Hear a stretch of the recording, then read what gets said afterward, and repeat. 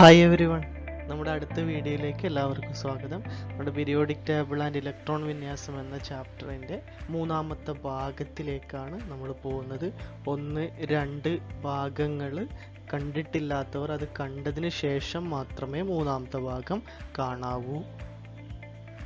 നമ്മൾ കഴിഞ്ഞ ക്ലാസ്സിലെ കാര്യങ്ങൾ ജസ്റ്റ് ഒന്ന് റിവൈൻഡ് ചെയ്യുകയാണ്.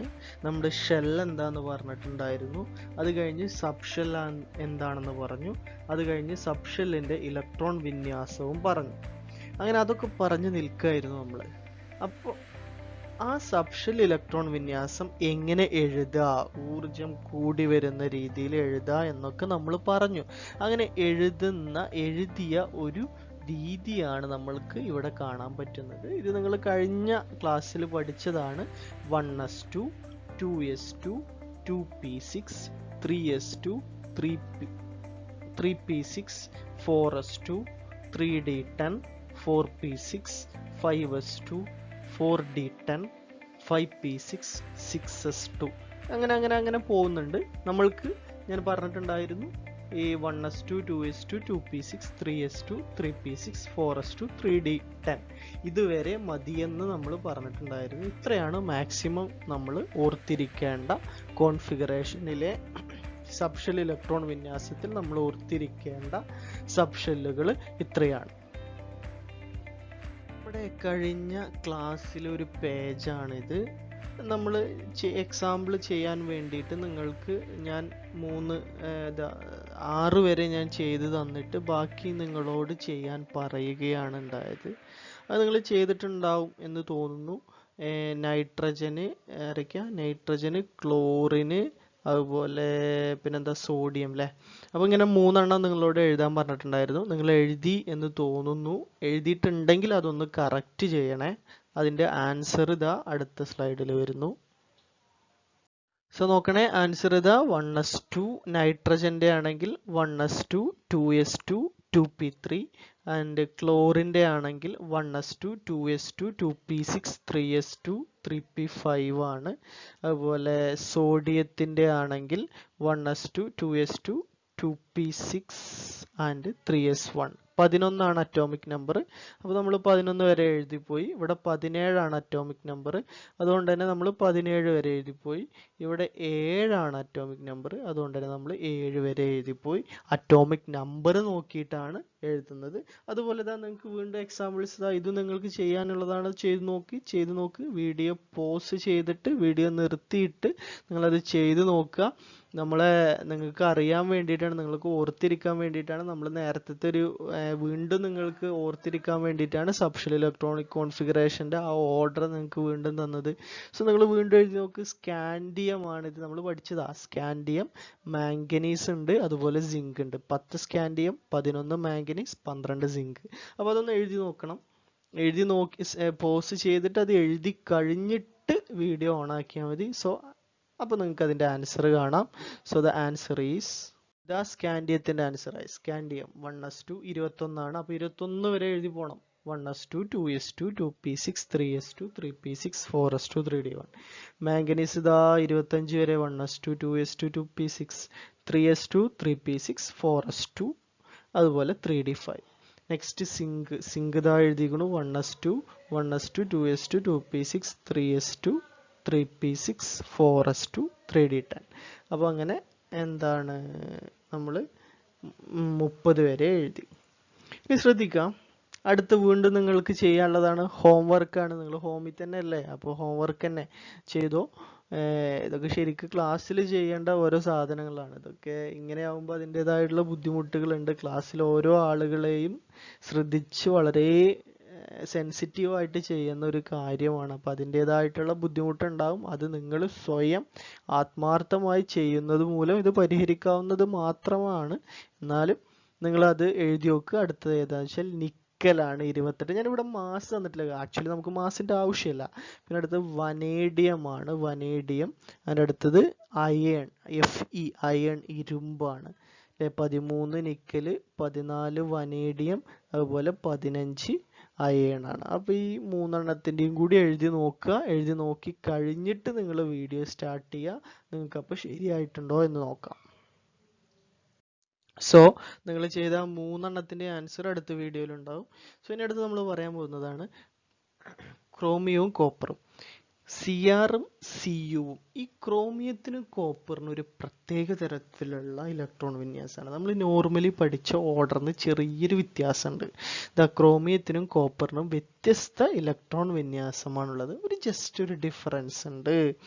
And it is because of their stability. അതിൻ്റെ സ്റ്റെബിലിറ്റി കാരണമാണ്, ഇവയുടെ സബ്ഷെല്ലുകളുടെ സ്ഥിരത കാരണമാണ് ഇതുണ്ടാവാം. സ്ഥിരതയാണ് ഇതിന് കാരണം. And it shows that M T, എങ്ങനെയാണത് നോക്കാം. എം ടി എന്ന് പറഞ്ഞാൽ ഒന്നുമില്ലാതിരിക്കുക, ഹാഫ്ലി ഫില്ലഡ് പകുതി നിറയുക, കംപ്ലീറ്റ്ലി ഫില്ലഡ് സബ്ഷെൽ, അങ്ങനെയുള്ളവർക്കൊക്കെ ഹൈ സ്റ്റെബിലിറ്റി ആണുള്ളത്. അഥവാ ഓരോ സബ്ഷെല്ലും പൂർണ്ണമായി നിറയുകയോ പകുതി നിറയുകയോ അല്ലെങ്കിൽ ഒരു ഇലക്ട്രോണും ഇല്ലാതിരിക്കുകയോ ചെയ്യുകയാണെങ്കിൽ അത്തരം സബ്ഷെല്ലുകൾക്ക് സ്ഥിരത കൂടുതലായിരിക്കും. ഞാനിവിടെ എക്സാമ്പിളായിട്ട് ഉദാഹരണമായിട്ട് തന്നിട്ടുണ്ട്. എസ്സിലാണെങ്കിൽ എസ് 0 ഒന്നുമില്ലാണ്ടിരിക്കുക, S1 പകുതി നിറയുക, എസ് പൂർണ്ണമായി നിറയുക 2, എസ്സിൽ മാക്സിമം 2ആണ്. അപ്പോൾ അതിൻ്റെ പകുതി നിറയാന്ന് പറഞ്ഞാൽ 1, അല്ലെങ്കിൽ ഒന്നുമില്ലാണ്ടിരിക്കുക പറഞ്ഞാൽ 0. ഈ പീൻ്റെ നോക്കിയാലോ, പീൻ്റെ മാക്സിമം നമ്മൾ പഠിച്ചേണ്ട 6ആണ് അല്ലേ. അതിൻ്റെ പകുതി നിറയാന്ന് പറഞ്ഞാൽ 3 ഉണ്ടാവുക, അല്ലെങ്കിൽ ഒന്നുമില്ലാണ്ടിരിക്കുക എം ടി. ഇനി അടുത്തത് ഡി. ഡിക്ക് മാക്സിമം 10ആണ്, അതിൻ്റെ പകുതി അല്ലെങ്കിൽ ഒന്നുമില്ലാണ്ടിരിക്കുക. എഫിന് മാക്സിമം 14ആണ്, അതിൻ്റെ പകുതി എന്ന് പറയുന്നത് 7ആണ്, അല്ലെങ്കിൽ ഒന്നുമില്ലാണ്ടിരിക്കുക. ഇങ്ങനെയുള്ള അവസ്ഥ വന്നു കഴിഞ്ഞാൽ എന്താണ്, സ്ഥിരത കൂടുതലായിരിക്കും. അപ്പോൾ ഇങ്ങനെയുള്ള കോൺഫിഗറേഷൻ എത്താൻ വേണ്ടി ഓരോ മൂലകവും ശ്രമിക്കും. കാരണം എല്ലാവർക്കും ഒരു സ്ഥിരത അഥവാ ഒരു സ്റ്റേബിൾ അവസ്ഥയിൽ ഇരിക്കാനാണ് ഏതൊരു മൂലകവും ആഗ്രഹിക്കുന്നത്. സോ നമ്മൾ ഇലക്ട്രോൺ വിന്യാസം എഴുതി നോക്കുകയാണെങ്കിൽ ഇങ്ങനെ ഉണ്ടാവും. 1s2 2s2 2p6 3s2 3p6 4s2 3d4. അതുപോലെ കോപ്പറിൻ്റെ എഴുതി നോക്കിയാൽ 1s2 2s2 2p6 3s2 അതുപോലെ 3p6 4s2 3d9. പക്ഷെ ഈ രണ്ട് കോൺഫിഗറേഷൻ നമ്മൾ സാധാരണ എഴുതി നോക്കുന്നത് പോലെ എഴുതിയാൽ ഇങ്ങനെ ഉണ്ടാവും. പക്ഷെ ഇത് തെറ്റാണ്. നമ്മളിപ്പോൾ എഴുതിയിരിക്കുന്ന കോൺഫിഗറേഷൻ തെറ്റാണ്. But this configuration is wrong four chromium and copper. അത് തെറ്റാണ്. അതിനുള്ള കാരണം എന്താണ്? തെറ്റാണ്. അതിനുള്ള കാരണം കറക്റ്റ് റെപ്രസെൻറ്റേഷൻ എങ്ങനെയാണ് എന്ന് വെച്ചാൽ 1s2 2s2 2p6 3s2 3p6 4s1 3d8 3d5 4s1 3d5. എന്താ സംഭവിച്ചേ? ഇവിടെ 4s2 3d4 എന്നുള്ളതിൽ നിന്ന് എസ്സിലെ ഒരു ഇലക്ട്രോൺ ഇങ്ങോട്ട് ചാടി അല്ലേ. എസ്സിലെ ഒരു ഇലക്ട്രോൺ ഇങ്ങോട്ട് ചാടിയപ്പോൾ ഇവിടെ എന്തായി? 4s1 ആൻഡ് 4 എന്നുള്ളത് 3d4 എന്നുള്ളത് 3d5 ആയി. ഇപ്പൊ കണ്ടോ, ഡിയുടെ പകുതി അറിയണത് 5ആണ്. പകുതി നിറഞ്ഞു. ഇവിടെ പകുതി നിറഞ്ഞിട്ടില്ല, 4 ആണ്. പകുതി നിറഞ്ഞാൽ എന്ത് കൂടും? സ്ഥിരത കൂടും. അതുപോലെ തന്നെ കോപ്പറിന്റെ കേസിലും 1s2 2s2 2p6 3s2 3p6 4s1 3d10 ആണ്. നോക്കണേ, കോപ്പറിന് 4s2 3d9 ആയിരുന്നു അല്ലേ നമ്മൾ ആദ്യം എഴുതി നോക്കുന്ന ഓർഡറിൽ എഴുതിയാൽ. പക്ഷേ ഒരു പ്രശ്നമുണ്ട്. ഇവിടുന്ന് 4s2 ഒരു ഇലക്ട്രോൺ നേരെ ഇങ്ങോട്ട് ചാടി. അങ്ങനെ ചാടിയാൽ എന്തായി? 4s1 3d10 ആയിട്ട് മാറി. 4s1 3d10 ആയിട്ട് മാറി. അപ്പോൾ ഇവിടെ കംപ്ലീറ്റ്ലി ഫില്ലഡ് ആണ്. 3d10 എന്ന് പറഞ്ഞാൽ കംപ്ലീറ്റ്ലി ഫില്ലഡ് ആണ്, മൊത്തമായിട്ട് നിറഞ്ഞിരിക്കുന്ന ഒരു അവസ്ഥയാണ്. അപ്പോൾ പ്രശ്നമില്ല. അപ്പോൾ വെരി ഇമ്പോർട്ടൻ്റ് ആണ് ക്രോമിയം കോപ്പർ. നിങ്ങൾ എപ്പോഴും SSLC കുട്ടികൾ ഏറ്റവും കൂടുതൽ തെറ്റിക്കുന്നതും എല്ലാ പ്രാവശ്യവും 4 എണ്ണമൊക്കെ ചോദിക്കും ഇലക്ട്രോൺ വിന്യാസം എഴുതാൻ.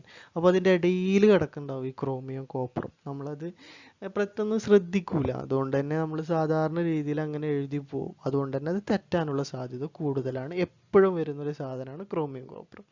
അടുത്താണ് ഇലക്ട്രോണിക് കോൺഫിഗറേഷൻ ഓഫ് അയോൺ. അയോണുകളുടെ ഇലക്ട്രോൺ വിന്യാസം. ഈ അയോൺ എന്താണ് അയോൺ?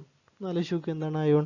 അയോൺ എന്ന് പറഞ്ഞാൽ ചാർജ് ഉള്ള ആറ്റങ്ങളാണ്. Charged atoms are called ion. Charge ഉള്ള ആറ്റങ്ങളാണ് അയോണുകൾ. അത് തന്നെ they are the most unstable state of an atom. ഒരു ആറ്റത്തിന്റെ അയോണുകൾ എന്ന് പറഞ്ഞാൽ സ്ഥിരത വളരെ കുറവായിരിക്കും. സ്ഥിരത വളരെ കുറവായിരിക്കും. അതുകൊണ്ട് തന്നെ അവർക്ക് അൺസ്റ്റേബിൾ സ്റ്റേജ് ആണ്. ഏറ്റവും കൂടുതൽ അൺസ്റ്റേബിൾ സ്റ്റേജിലുള്ളവരാണ് അയോണുകൾ.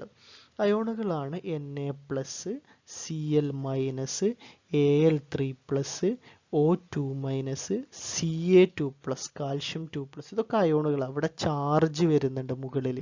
ഇങ്ങനെ ആറ്റങ്ങൾക്ക് മുകളിൽ ചാർജ് വന്നാൽ അവയാണ് അയോണുകൾ. ഞാനിവിടെ സോഡിയത്തിൻ്റെ എഴുതിയിട്ടുണ്ട്.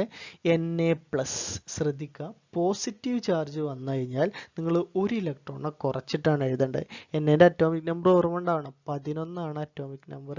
അപ്പോൾ നമ്മൾ 11ൻ്റെ എഴുതിയിട്ടില്ല, അവിടെ 10ൻ്റെ എഴുതിയത്. പോസിറ്റീവ് ചാർജ് വന്നാൽ നിങ്ങളൊന്ന് കുറച്ചെഴുതുക. അതിന് കാരണം അതാണ്, ഒരു ഇലക്ട്രോണിൻ്റെ കുറവാണ് ഈ പോസിറ്റീവ് ചാർജ് കൊണ്ട് സൂചിപ്പിക്കുന്നത്. 19ാമത്തെ എക്സാമ്പിൾ നോക്ക്. 19ാമത്തെ Cl-, അതിൽ നെഗറ്റീവ് ചാർജ് വന്നു. ശരിക്കും 17 നമ്മുടെ ക്ലോറിൻ്റെ അറ്റോമിക് നമ്പർ. ഇതൊന്നും എല്ലാ സമയത്തും തരൂല കേട്ടോ, ഞാൻ അതുകൊണ്ടാണ് ഇവിടെ ഇടാതിരുന്നത്. 17 ക്ലോറിൻ്റെ അറ്റോമിക് നമ്പർ. അത് നമ്മളിങ്ങനെ എഴുതി നോക്കുമ്പോൾ ഒരു മൈനസ് അഥവാ ഒരു ഇലക്ട്രോൺ കൂടുതലുണ്ട്. Cl- ആണ് ഒരു ഇലക്ട്രോൺ കൂടുതൽ. അപ്പോൾ 18ൻ്റെ എഴുതണം. 1s2, 2s2, 2p6, 3s2, 3p6 ഇതെല്ലാം കൂട്ടി നോക്കുക. അപ്പോൾ നിങ്ങൾക്ക് 18 കിട്ടും. ഇനി അതുപോലെ ഓക്സിജൻ O2-, ഓക്സിജൻ്റെ അറ്റോമിക് നമ്പർ ഓർത്ത് നോക്കുക. എത്രയാണ്? 8 അറ്റോമിക് നമ്പർ 8 ഓക്സിജൻ. അപ്പോൾ 8ൻ്റെ എങ്ങനെ ഇത് 2- ആണ്. അപ്പോൾ 8ൻ്റെ കൂടെ 2 കൂടി കൂട്ടണം. പോസിറ്റീവ് ചാർജ് വന്നാൽ കുറച്ചെഴുതുക, നെഗറ്റീവ് ചാർജ് വന്നാൽ കൂട്ടി എഴുതുക. ഇവിടെ 8ന് പകരം ഞാൻ എഴുതിയിട്ടുണ്ടാവുക 10ൻ്റെതായിരിക്കും. അതുപോലെ നിങ്ങൾക്ക് ഹോംവർക്കായിട്ട് ഇതാ 2 കൂടി കിടക്കുന്നുണ്ട്. Ca2+, അതുപോലെ തന്നെ S-, സൾഫറിൻ്റെയും. ഇത് രണ്ടും നിങ്ങൾ ഹോംവർക്കായിട്ട് ചെയ്യണം. അറ്റോമിക് നമ്പർ ഞാൻ തന്നിട്ടില്ല. അറ്റോമിക് നമ്പർ എല്ലാം കണ്ടുപിടിച്ച് നിങ്ങൾ ചെയ്ത് വെക്കുക. ഹോംവർക്കാണ്. അടുത്ത ക്ലാസ്സിൽ ആൻസർ ഉണ്ടാവും. ഫൈനലി നമ്മൾ ലാസ്റ്റ് ടോപ്പിക്കാണ് short form of electronic configuration. Short form എങ്ങനെയാണ് ഈ ഇലക്ട്രോണിക് കോൺഫിഗറേഷൻ വളരെ ചുരുക്കി എഴുതുക എന്നുള്ളതാണ് ഇലക്ട്രോൺ വിന്യാസത്തിൻ്റെ ചുരുക്കെഴുത്ത്. അലസവാതകങ്ങൾ അല്ലെങ്കിൽ നോബിൾ ഗ്യാസ്, അല്ലേ? We can write electronic configuration in short form in terms of noble gas. Noble ഗ്യാസുകൾ അല്ലെങ്കിൽ അലസവാതകങ്ങൾ ഉപയോഗിച്ച് നമ്മൾക്ക് വേണമെങ്കിൽ ഇവയെ ചുരുക്കി എഴുതാം. ചുരുക്കി എഴുതിയ നോക്കാം. സിങ്ക് ഫുള്ളുണ്ട് അവിടെ. സിങ്ക് 1:30 വരെ നമ്മൾ എഴുതിയതാണ് നേരത്തെ. അത് ഇവിടെ മുഴുവനുണ്ട്.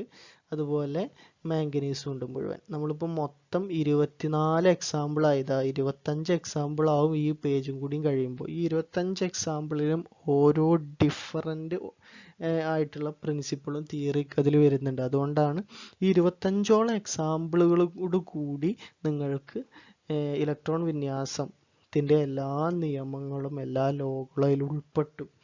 ഇനി ഒരു കാര്യം, 10ാം ക്ലാസ്സിൽ വരുന്ന രീതി ഉള്ളൂ കേട്ടോ. 10ാം ക്ലാസ്സിൽ നിങ്ങൾക്ക് ആവശ്യമില്ല, എല്ലാം ഉൾപ്പെട്ടു എന്ന് പറഞ്ഞാൽ അതിനെക്കാട്ടിലും നമുക്ക് പഠിച്ചു പോകാൻ ഇതിന് കൂടുതൽ ഇനിയും ഉണ്ട്. ഇതിനെക്കുറിച്ച് നമ്മൾ റിസർച്ചോ അതിലപ്പുറമൊക്കെ നമ്മൾ പോയി കഴിഞ്ഞാൽ ഇതിൽ കൂടുതലുണ്ട്. നമ്മൾ 10ാം ക്ലാസ്സിൻ്റെ ബേസിലാണ് പറയുന്നത്.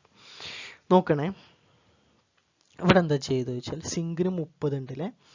ഇതിന് ആർഗൺ വെച്ചിട്ടാണ് ചുരുക്കുന്നത് അഥവാ അലസവാതകം. സിങ്കിൻ്റെ തൊട്ട് മുമ്പുള്ള അലസവാതകം ഏതാ നോക്കുക. പീരിയോഡിക് ടേബിൾ ഉണ്ടെങ്കിൽ അതെടുത്ത അവസാന 18ാം ഗ്രൂപ്പാണ് അലസവാതകം.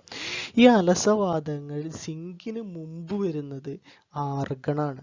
അതിൻ്റെ അറ്റോമിക് നമ്പർ ഇവിടെ തന്നിട്ടുണ്ട് 18. അപ്പോൾ ആ 18 ഒഴിവാക്കുക. അപ്പോൾ 2, 4, 10 12 ആൻഡ് 6 കൂടിയും കൂട്ടിയപ്പോൾ 18. അപ്പോൾ ഇത്രയും ഒഴിവാക്കുക. ഇത്രയും വേണ്ട. പകരം ആ ഭാഗത്തേക്ക് ആരെ എഴുതുക? ഇത്രയും വേണ്ട. അതിന് പകരം ആർഗൺ, ഒരു ബ്രാക്കറ്റ്, സ്ക്വയർ ബ്രാക്കറ്റിൻ്റെ ഉള്ളിൽ ആർഗൺ ആൻഡ് 4s2 3d5. അവിടെ ബാക്കിയുള്ളതാണ് 4s2 3d5. അതുപോലെ തന്നെ മാംഗനീസിൻ്റെ നോക്കണേ. ആർഗൺ വെച്ചു, അഥവാ മാംഗനീസിൻ്റെ അറ്റോമിക് നമ്പർ 25ആണ്. അതിന് മുമ്പ് വരുന്ന അലസവാതകം എന്ന് പറയുന്നത് ആർഗൺ തന്നെയാണ്. അപ്പോൾ അങ്ങനെ വെച്ച് നോക്കുമ്പോൾ ഇതാ 1s2 2s2 2p6 3s2 3p6 ഇതാ ഇത്ര വരെ 18 ഇത് നമ്മൾ അങ്ങോട്ട് ഒഴിവാക്കി പകരം ആരെ കൊടുത്തു? സ്ക്വയർ ബ്രാക്കറ്റിന്റെ ഉള്ളിലുള്ള 6 ഗണ്ണ കൊടുത്തു. അപ്പോൾ 6 ഗണ്ണ വെച്ച് ചുരുക്കി എഴുതി. ബാക്കി എന്താ ഉള്ളത്? 4:3D5. ഇങ്ങനെ നമ്മൾ വലിച്ചെഴുതേണ്ട ആവശ്യമില്ല. ഒരു 4 സെന്റൻസോടുകൂടി 4 വേർഡ് എഴുതിയതോടുകൂടി 4 ആ നമ്പർ എഴുതിയതോടുകൂടി നമ്മൾക്കത് കംപ്ലീറ്റ് ആക്കാനായി.